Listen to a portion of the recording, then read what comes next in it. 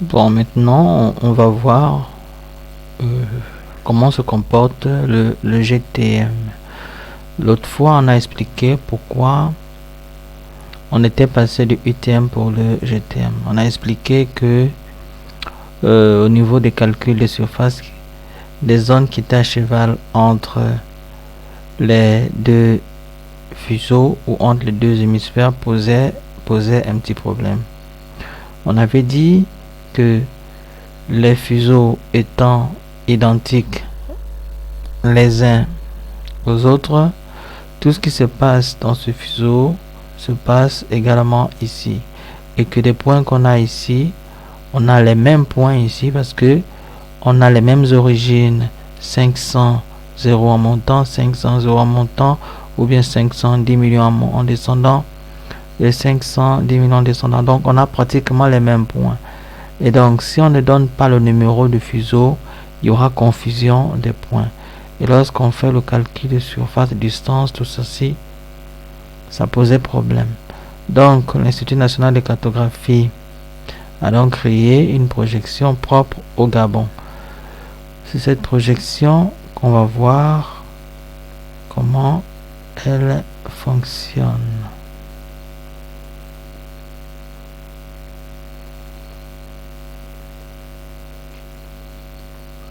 Alors, dans la projection GTM, on n'a plus 4 blocs au niveau du Gabon. Non, on a maintenant un seul bloc. Et donc, chaque point du Gabon devient unique. Et l'origine au niveau du GTM est l'intersection du méridien 12 degrés et de l'équateur. Alors, ce point là, on va se mettre le GTM pour avoir les coordonnées de ce point.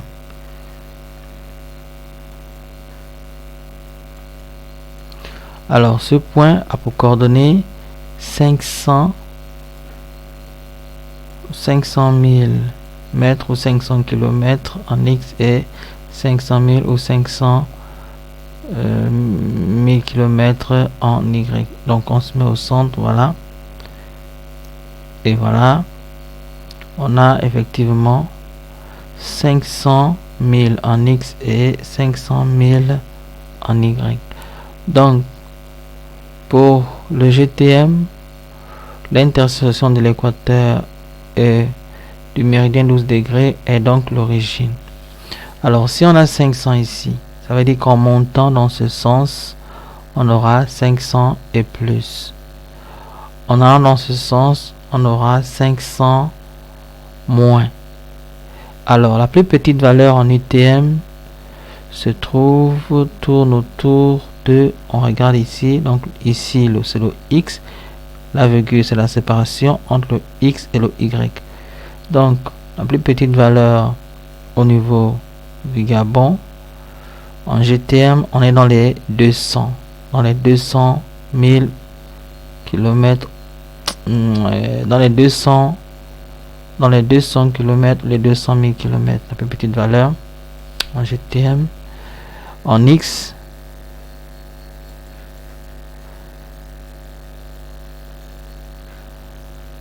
alors donc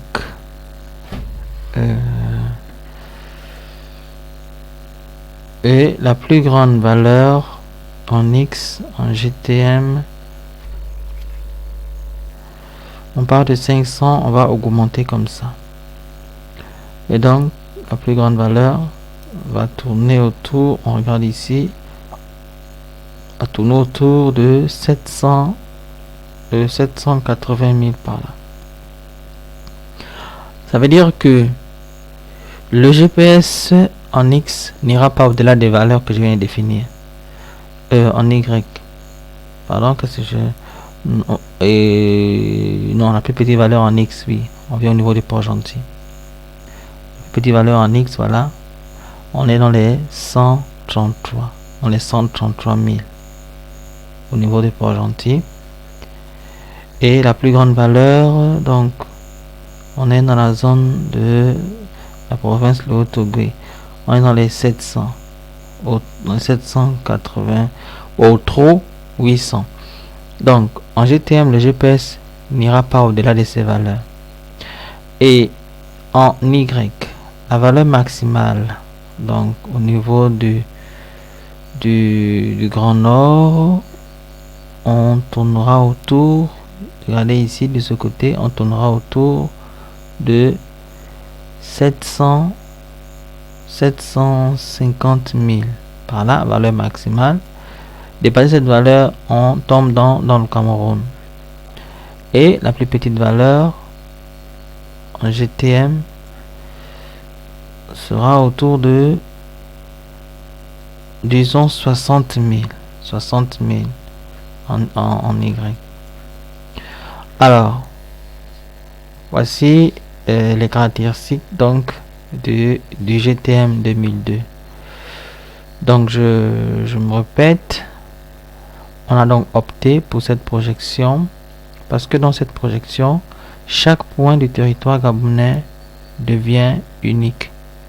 Donc il n'a pas un homologue dans le fuseau précédent ou le fuseau suivant comme dans le UTM. Ici, chaque point devient unique. Alors, on est passé du GTM 2002 au GTM 2010. Pourquoi? En observant ici, on constate que au niveau des Port-Gentil, il y a une partie qui sort du fameux cadran qui délimite, qui définit donc notre projection. On a une partie parce qu'il était dit que dans le GTM, le Gabon est compris entre le méridien 9 degrés et le méridien 15 degrés. Mais on se rend compte qu'il y a une partie qui sort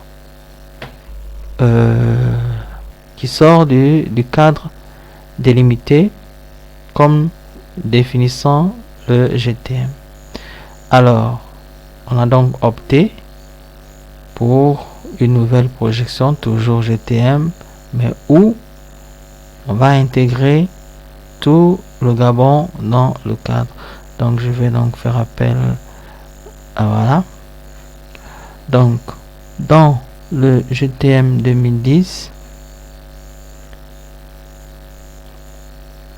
on a donc l'impression que le Gabon,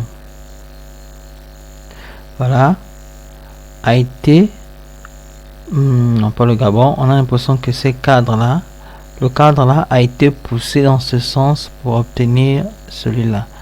Et du coup, tout le Gabon se trouve maintenant à l'intérieur du cadran définissant les limites de la projection.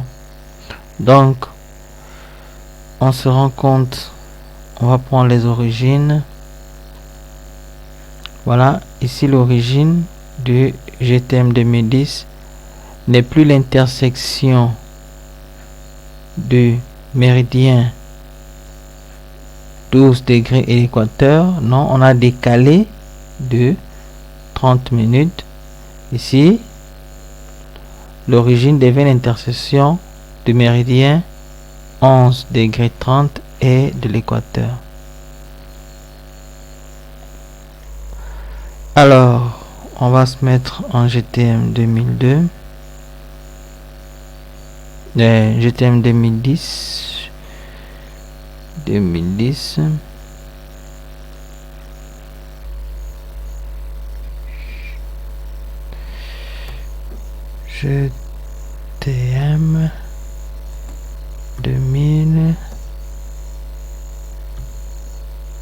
2010. J'avais défini ça.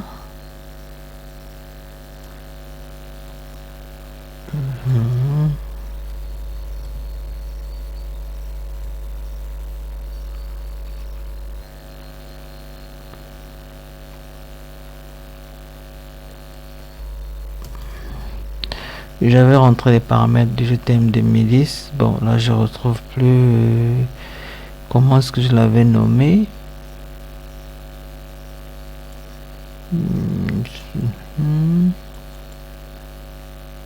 Défini par l'utilisateur.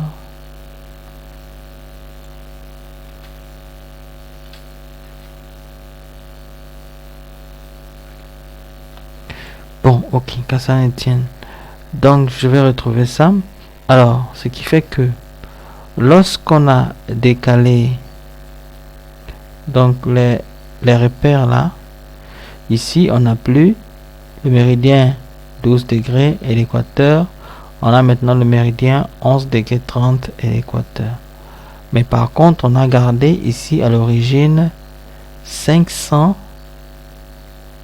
km en x0 et 500 km en y0. Alors la seule différence, c'est que on a changé juste la position du repère, on a gardé les valeurs des origines. Donc c'est la toute différence entre le GTM 2010, c'est que le repère n'est plus l'intersection de l'équateur et du méridien 12 degrés, c'est maintenant l'intersection de l'équateur et du méridien 11 degrés 30 minutes, et que cette fois-ci Port-Gentil n'est plus à l'extérieur du cadran défini comme définissant la limite. Non, Port-Gentil est désormais à l'intérieur du cadran qui définit donc notre limite GTM. Voilà en gros ce qu'il faut retenir.